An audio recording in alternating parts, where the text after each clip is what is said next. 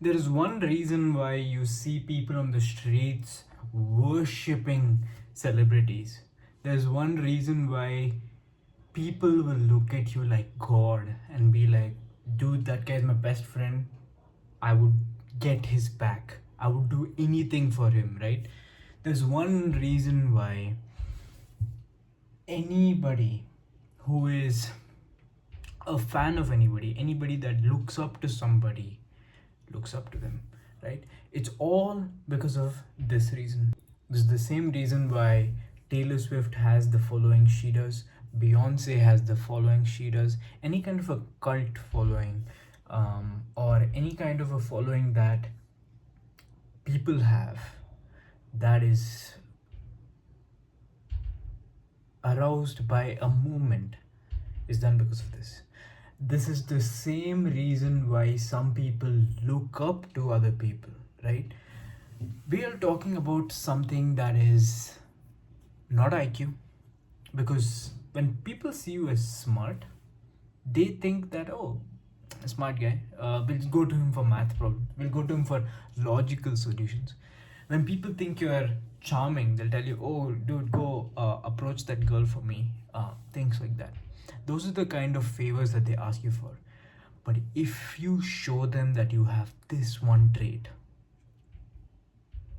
they will move mountains for you. They will open up about their deepest, darkest pains. They will go any place you ask them to. They will do anything you want them to.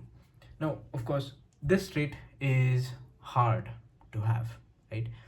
It's used by salesmen, it's used by the biggest players, it's used by anyone that gets what they want out of life, because you're always dealing with people. No matter if you're the biggest coder, you will be dealing with other people, right? No matter if you're a fucking astronaut, there are co-pilots you're with that you'll be dealing with people, right? And guess what? Anytime you're dealing with people, this trait comes in.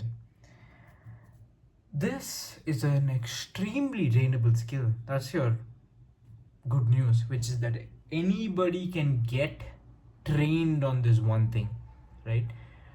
Please don't be the dickhead that spoils this in the comment section, but I want you to really understand the importance of this, which is why I'm dragging it on for so long, right?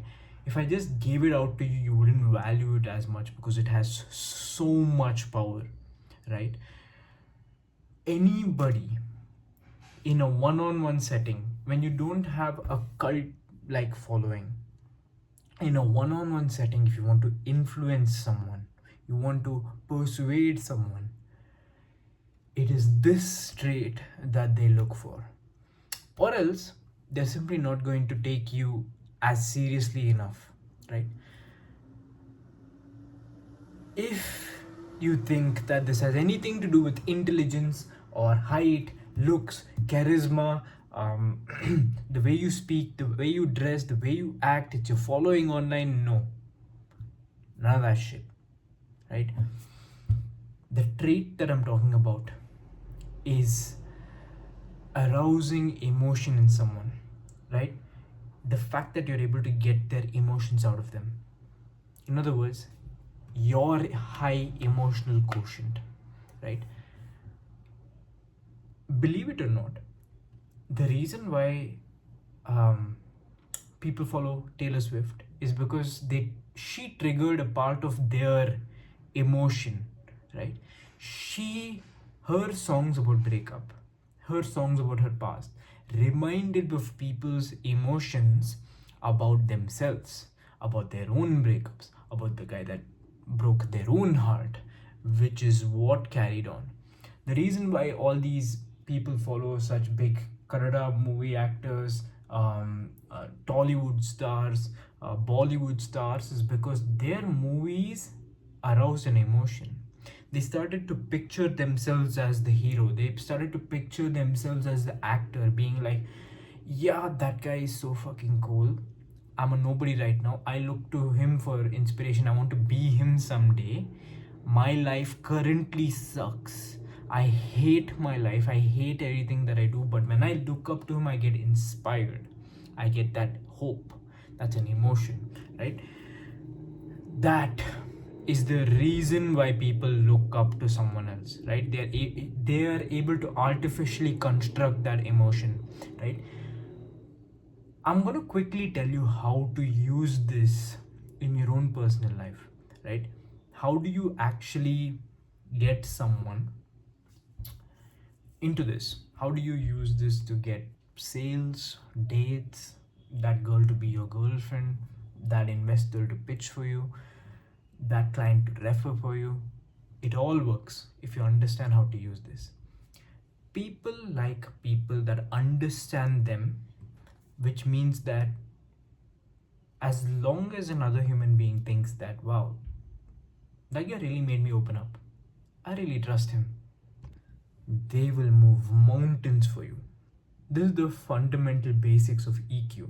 If you're able to justify their failures, throw rocks at their enemies, show them hope, if you're able to tell them it's not their fault, such small things, right?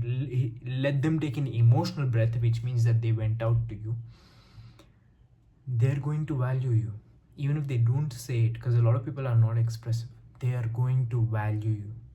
They're going to treat you as something that otherwise they cannot find, right? If you're smart, they'll be like, okay, cool, here's a math problem. Hey, listen, what do I do for this? Oh, okay, fine, I got the solution, bye. That's how people use smart people. The way people use emotionally intelligent people, from my experience and my research, is insane. That's because when you're emotionally intelligent, people don't come to you for logical solutions. They come to you with their deepest, darkest pains. They come to you with their hardest questions about things that they're personally failing, things that they're personally facing right now, right? And who do people come to these kind of things with? People that they trust. And if they trust you, what happens? If they have given a part of their soul to you, what happens? They're going to get your back. They're going to move mountains for you. They're going to do everything you ask them to. That's because they trust you. They're giving you a part of your soul. This is the fundamental basics of how mafias were built, how big these gangs were built, right?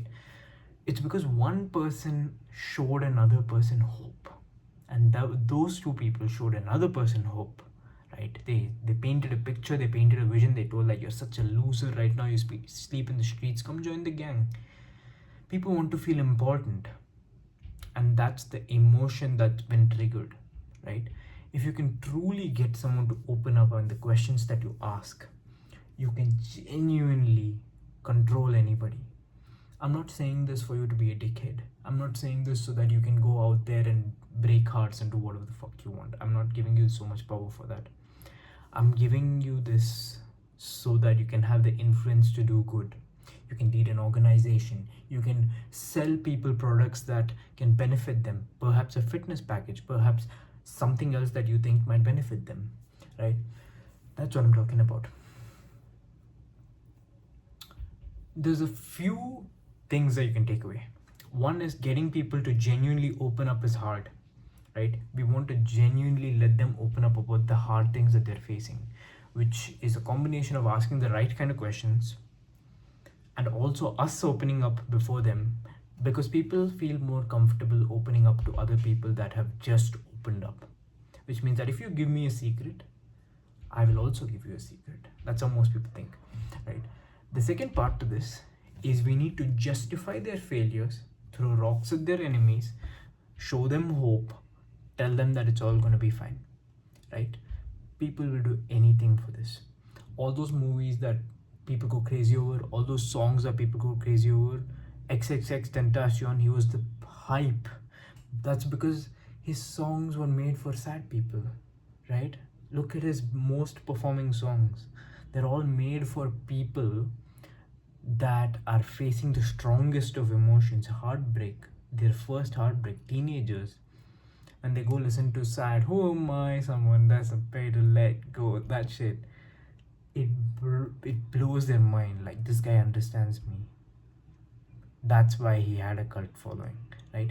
If you can show people emotion in a one-on-one setting, in a date, if you can genuinely get her to open up, you got her. In a sales call, if you can genuinely get them to open up, you got them.